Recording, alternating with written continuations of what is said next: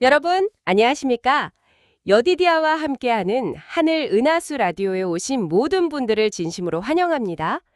오늘은 개혁의 큰 별이 나타남이라는 제목으로 이야기를 나누어 보겠습니다. 네, 오늘 주제가 정말 흥미진진합니다. 여러분, 한번 상상해 보시겠어요? 가난한 광부의 아들로 태어나 세상을 완전히 뒤흔든 한 사람의 이야기입니다. 자신의 죄책감 때문에 차가운 돌방에 스스로를 가두고 채찍질을 하던 한 남자가 어떻게 당대 최고의 제국을 무너뜨린 거대한 혁명을 주인공이 되었을까요? 정말 극적인 반전이 있는 인물이죠. 네, 여디디아님, 오늘 저희가 이 어두웠던 시대에 개혁의 불꽃을 피운 마틴 루터에 대해 깊이 파헤쳐 보려고 하는데요. 도대체 이 위대한 개혁의 별은 처음에 어떻게 준비가 된 건가요? 사실 처음부터 세상을 바꾸겠다는 거창한 뜻이 있었던 건 아니에요. 루터의 어린 시절을 보면요, 굉장히 엄격하고 보수적인 환경에서 자랐거든요. 그러니까 신을 막 자비롭고 사랑이 넘치는 분이라기보다는 아주 무자비하게 벌을 내리는 심판관으로 내면 깊숙이 받아들였던 거죠. 어휴, 매일매일이 얼마나 두렵고 숨이 막혔을까요? 맞아요. 그 두려움이 엄청났죠. 그러다가 루터가 에르푸르트 대학 도서관에서 우연히 라틴어 성경 전체를 처음으로 발견하게 됩니다. 당시에는 평신도가 성경 전체를 읽는다는 건 아주 희귀한 경험이었거든요.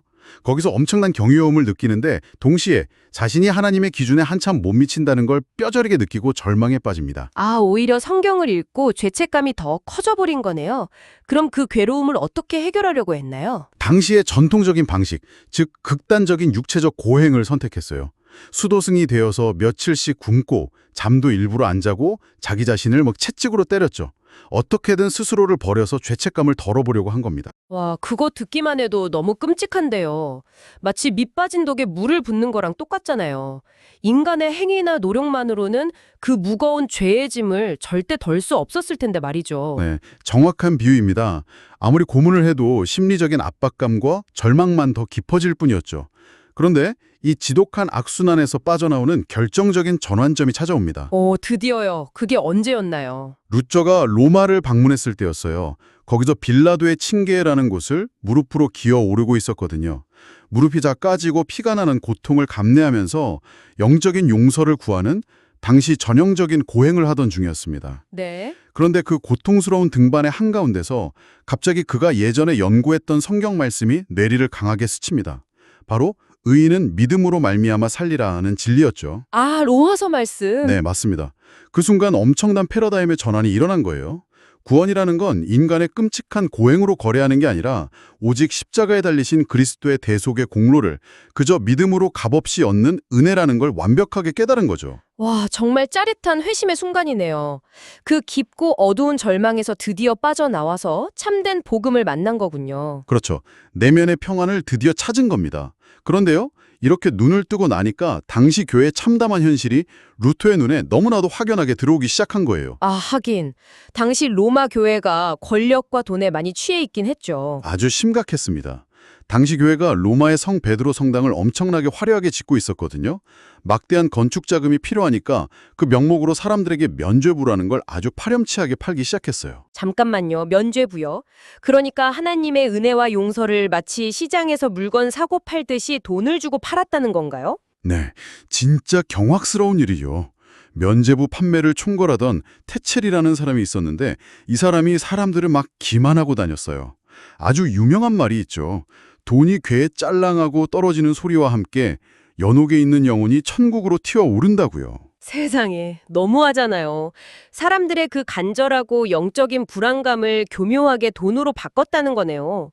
평범한 수도승이었던 루터가 이 거대한 권력과 상업주의에 어떻게 대응했나요? 가만히 못 있었을 것 같은데. 루터의 성격상 절대 가만히 있을 수 없었죠. 자신의 영혼을 두고 그토록 처절하게 싸웠던 루터에게 구원이 시장의 상품처럼 취급되는 건 엄청난 분노였습니다. 그래서 비텐베르크 성교회 문 앞에다가 그 유명한 95개조 논제를 떡하니 내걸게 됩니다. 아, 드디어 역사가 움직이는군요. 죽은 형식주의를 산 믿음으로 바꾸려는 그 거대한 변혁의 신호탄이었네요. 맞습니다.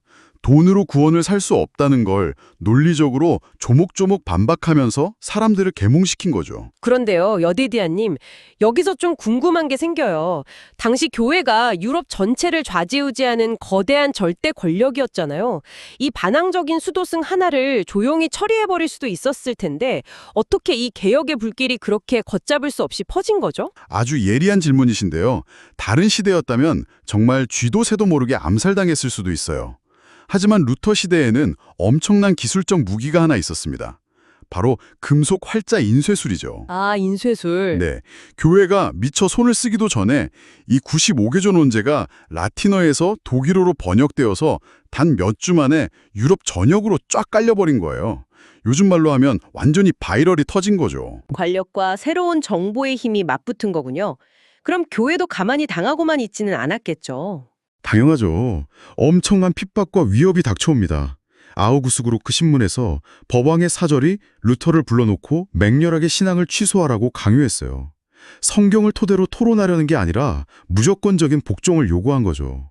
거부하면 파문당하고 화형에 처해질 수도 있는 그야말로 절체절명의 위기였습니다. 어휴, 세상에서 가장 큰 권력 앞에서 죽음의 위협까지 받다니 저 같으면 무서워서 덜덜 떨었을 것 같은데요. 루터는 어떻게 그렇게 당당할 수 있었을까요? 루터는 더 이상 인간의 유전이나 부패한 교회의 권위를 두려워하지 않았거든요. 그는 오직 변치 않는 하나님의 말씀, 즉 성경 위에서 그리스도를 방패로 삼았기 때문입니다. 동역자인 멜라니톤의 든든한 지지도 큰 힘이 되었고요. 오직 성경, 그 위대한 진리 위에 굳게 선 거군요. 네, 그래서 결국엔 군중들이 보는 앞에서 보란듯이 법왕의 파문교서를 불태워버립니다. 부패한 시스템과의 완전한 결별을 선언한 엄청난 용기였죠. 진짜 가슴이 뜨거워지네요. 거대한 권력의 눈을 똑바로 쳐다보고 당당히 진리를 외친 거잖아요. 여디디아님, 오늘 이 감동적인 이야기를 통해서 우리 청취자 여러분이 어떤 교훈을 얻을 수 있을까요? 여러분, 역사를 보면 참 많은 생각이 듭니다. 루터의 시대처럼 오늘날에도 진리와 오류의 대쟁투는 여전히 계속되고 있습니다. 비록 지금은 종이로 된 면죄부를 파는 사람은 없지만 우리의 신앙을 흔드는 현대판 타협거리들이 얼마나 많습니까? 맞아요. 현실이 결코 녹록지 않죠. 네, 세상의 다수가 환영하지 않고 때로는 진리를 따르는 길에 핍박이 따를 수도 있습니다. 하지만 우리가 루터처럼 두려움 없이 오직 순수한 하나님의 말씀에만 순종한다면 어떨까요? 비록 소수일지라도 여러분 한 분 한 분이 이 시대의 어둠을 밝히는 개혁의 참된 별들이 되시기를 간절히 바랍니다. 정말 마음 깊이 새겨야 할 교훈입니다. 진리 위에 홀로 설 수 있는 용기, 우리 모두에게 꼭 필요한 것 같아요. 여러분, 오늘의 하늘 은하수 라디오 어떠셨나요? 매일매일 저녁 9시에 더 다양하고 흥미로운 주제로 여러분들을 찾아오도록 하겠습니다. 구독과 좋아요, 알림 설정은 제게 큰 힘이 됩니다. 내일 다시 만나요. 안녕.